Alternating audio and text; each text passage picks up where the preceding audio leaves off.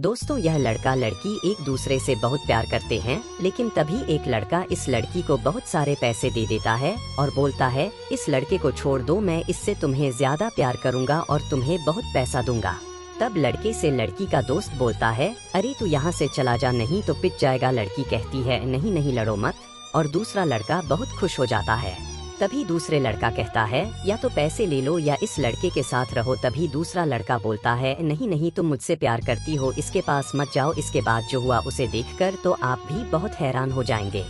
वह दूसरा लड़का उस प्यारी लड़की को अपने पास खींच लेता है और वह लड़की बहुत खुश होती है और लड़का अपनी किस्मत पर रोने लगता है। अभी सब्सक्राइब दो।